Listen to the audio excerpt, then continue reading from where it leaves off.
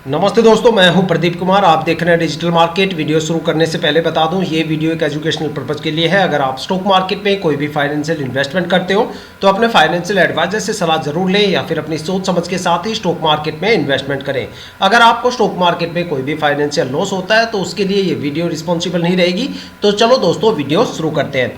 दोस्तों, आज हम बात करने वाले हैं नोएडा टोल ब्रिज स्टॉक के बारे में। देखा जाए तो ये स्टॉक ट्रांसपोर्ट सेक्टर से बिलोंग करता है। देखो, आज इस स्टॉक के बारे में ना तीन चीज, देखो आप किसी भी स्टॉक के बारे में अगर आप तीन चीज जान जाते हो तो समझ लो आपने उस स्टॉक के बारे में काफी कुछ जान लिया। आप स्टॉक मार्केट में कभी धोखा नहीं खाओगे।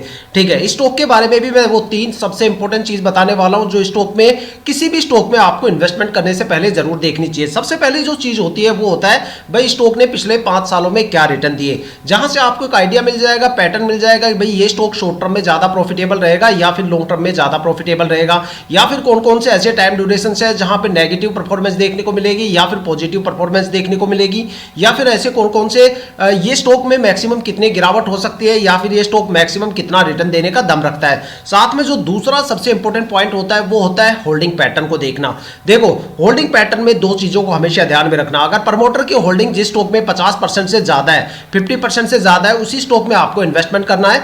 देखो, उसमें अगर आप इन्वेस्टमेंट करते हो तो वहां पे आपको एक अच्छा खासा रिटर्न मिलेगा। मान लो प्रमोटर की होल्डिंग 70, 80, 90% इससे ज्यादा चली जाती है तो भाई वो स्टॉक या तो मल्टीबैगर बन जाता है या फिर वो लॉन्ग टर्म तक भर भर के रिटर्न देता है, क्योंकि प्रमोटर ही सबसे ज्यादा इंफॉर्मेशन जानते हैं उस स्टॉक के बारे में और स्टॉक के साथ काफी लंबे टाइम तक रुकते हैं। साथ में जो होल्डिंग पैटर्न है उसमें दूसरा जो सबसे मोस्ट पॉइंट होता है वो होता है एफआईआई की होल्डिंग।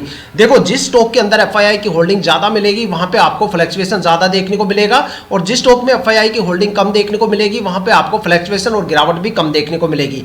एक लेवल होता है एफआईआई की होल्डिंग का। अगर मान लो एफआईआई की होल्डिंग 10-15% के लेवल को क्रॉस कर जाता है तो समझ लो स्टॉक में आपको भारी भरकम फ्लक्चुएशन या फिर गिरावट देखने को मिलेगी। और तीसरा जो सबसे मोस्ट इंपॉर्टेंट पॉइंट होता है, ठीक है, स्टॉक को एनालिसिस करने का, वो होता है स्टॉक के फाइनेंशियल रिजल्ट। देखो, फाइनेंशियल रिजल्ट को मैं यहां पे दो पार्ट में डिवाइड करूंगा। सबसे पहला होता है रिवेन्यू।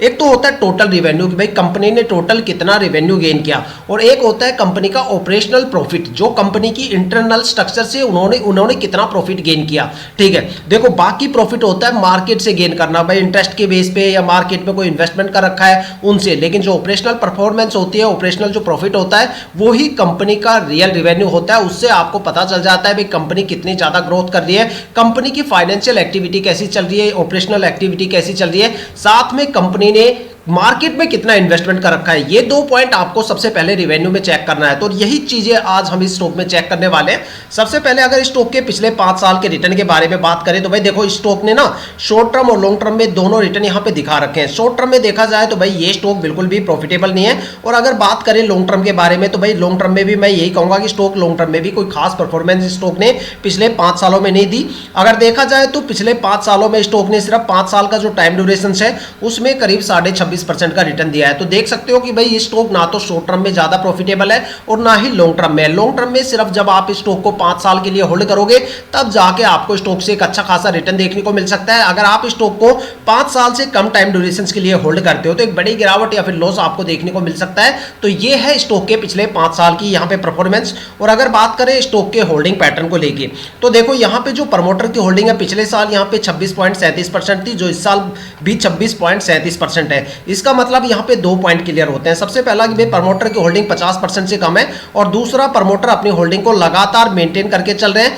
हालांकि अब मेंटेन करने के अलावा इनके पास कोई दूसरा ऑप्शन भी नहीं है, क्योंकि 50% से नीचे जब भी प्रमोटर होल्डिंग चली जाती है तो प्रमोटर अपनी होल्डिंग को जल्दी से कम करने की कोशिश करते हैं। और अगर कंपनी के स्टॉक के अंदर प्रमोटर होल्डिंग ही कम हो जाती है तो भाई स्टॉक को ऊपर ले जाने वाला कोई नहीं होता।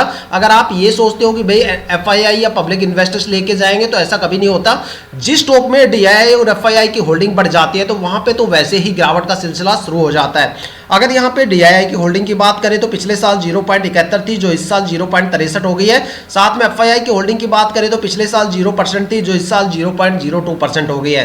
साथ में अगर पब्लिक इन्वेस्टर्स की होल्डिंग की बात करें तो भाई पिछले साल 49.90% यहाँ पे पब्लिक इन्वेस्टर्स की होल्डिंग थी, जो इस साल बढ़ के 51% हो गई है। अब काफी बंदे ये सोचेंगे कि भाई पब्लिक इन्वेस्टर्स यहाँ पे इंटरेस्ट ले रहे हैं। भाई इंटरेस्ट नहीं ले रहे, प्रमोटर ने अपनी होल्डिंग कम किया और वो सारा का सारा माल उन्होंने चिपका दिया है पब्लिक इन्वेस्टर्स को। को।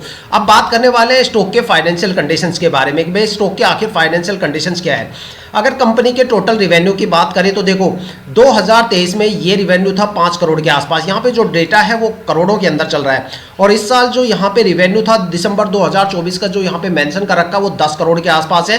तो देखा जाए तो रिवेन्यू में थोड़ी सी ग्रोथ है। लेकिन अगर कंपनी के ऑपरेशनल प्रॉफिट की बात करें, जो कि कंपनी ने इंटरनली कितना प्रॉफिट गेन किया है, तो भाई वो यहाँ पे -229 करोड़ का चल रहा है। तो आप सोच सकते हो कि भाई कंपनी का जो इंटरनल प्रॉफिट है, जो कंपनी ने अभी देखो यहाँ पे एक डिफरेंस समझ में आपको आया होगा कि भाई रिवेन्यू 10 करोड़ है तो फिर कंपनी का ऑपरेशनल प्रॉफिट इतना माइनस क्यों है। यही चीज सबसे इंपॉर्टेंट होती है किसी भी स्टॉक के अंदर जानना। बंदे मोस्टली क्या करते हैं, कंपनी का रिवेन्यू गेन करते हैं, लेकिन उनको ये नहीं पता कि भाई रिवेन्यू देखो यहाँ पे अगर कंपनी ने इंटरनली ही अगर माइनस में परफॉर्मेंस दी है तो सवाल ये आता है भाई ये 10 करोड़ कहां से आए। तो 10 करोड़ काफी जगह से आ सकते हैं, जैसे भाई कंपनी ने इंटरेस्ट गेन किया है मार्केट से 0 के आसपास, कंपनी की अदर इनकम भी हो सकती है, ठीक है, और भी काफ़ी जैसे सर्विसेज वगैरह कंपनी देती है या फिर कोई इंटरेस्ट वगैरह देती है, मार्केट में कोई सब्सिडी वगैरह लॉन्च करती है, तो किसी भी तरह से वो रिवेन्यू यहाँ पे आ सकता है। लेकिन कंपनी का जो इंटरनल परफॉर्मेंस है रिवेन्यू जनरेट करने की वो बिल्कुल भी नहीं है, यहाँ पे माइनस में परफॉर्मेंस चल रही है। और एक सबसे बड़ा पॉइंट कि भाई कंपनी का जो एक्सपेंस है, खर्चा है, वो यहाँ पे 239 है। देखो आमदनी 98, खर्चा रुपया वाला काम यहाँ पे चल रहा है। आमदनी तो यहाँ पे 10 करोड़ के आसपास है, लेकिन खर्चे कंपनी के 239 करोड़ के हैं। चलो मान भी लेते हैं भाई कंपनी ने यहाँ पे खर्चे हैं, युक्त किए खर्चे क्यों हैं ये भी हम देख लेते हैं। अगर कंपनी के रिजर्व की बात करें, जो कंपनी बुरे टाइम के लिए अपने रिजर्व को स्टॉक में रखती है, तो भाई देखो अगर 2020 की बात करें तो यहाँ पे 166 करोड़ का रिजर्व कर रखा था इस कंपनी ने अपना, लेकिन यहाँ पे रिजर्व घट के कंपनी का हो गया है 18 करोड़ के आसपास। तो इसमें भी एक बड़ी गिरावट हमें देखने को मिल रही है। अगर कंपनी के टोटल लायबिलिटीज की बात करें, टोटल खर्चों की बात करें, तो वो 348 करोड़ के आसपास पहुंच गए हैं, तो काफी ज्यादा यहाँ पे पहुंच गए। अगर ये सारे खर्चे अगर निकाल के देखा जाए, ठीक है, तो अगर कंपनी अपना रिजर्व भी निकाल देती है, रिवेन्यू भी निकाल देती है, फिर भी ये अपने खर्चों को कंप्लीट नहीं कर सकते, क्योंकि खर्चा कंपनी का यहाँ पे काफी ज्यादा है। अब बात करने वाले कंपनी ने मार्केट में कितना इन्वेस्टमेंट किया, तो भाई मार्केट में कंपनी कोई इन्वेस्टमेंट नहीं कर रही। कंपनी का जो ऑपरेशनल रिवेन्यू है वो पहले से ही माइनस चल रहा है, कंपनी के जो ऑपरेशनल रिवेन्यू है वो पहले से यहाँ पे माइनस चल रहा है, और कंपनी के खर्चे लगातार बढ़ते जा रहे हैं। तो भाई आप सोच सकते हो ये स्टॉक आपको कैसी परफॉर्मेंस देगा। अगर आपको ये वीडियो अच्छी लगी है तो लाइक शेयर कमेंट जरूर कीजिएगा। अगर आपने किसी भी स्टॉक में इन्वेस्टमेंट कर रखा है और उस स्टॉक के बारे में आपको ज्यादा इंफॉर्मेशन नहीं पता, तो आप हमें कमेंट करके अपने स्टॉक का नाम बताइए। हम आने वाली वीडियो में आपके स्टॉक को जरूर कवर करेंगे। अगर आप इस वीडियो या चैनल पर नए हो तो चैनल को सब्सक्राइब जरूर कीजिएगा, ताकि हम जितने भी डीपली एनालिसिस करके आप लोगों के लिए वीडियो लेके आते हैं उसकी नोटिफिकेशन आप तक सबसे पहले पहुंचे, ताकि आप स्टॉक मार्केट के हर पहलू से रूबरू रहे, अपने आप को अपडेट और अपग्रेड करते रहे। इसी के साथ ये वीडियो समाप्त करते हैं, मिलते हैं नेक्स्ट वीडियो के साथ।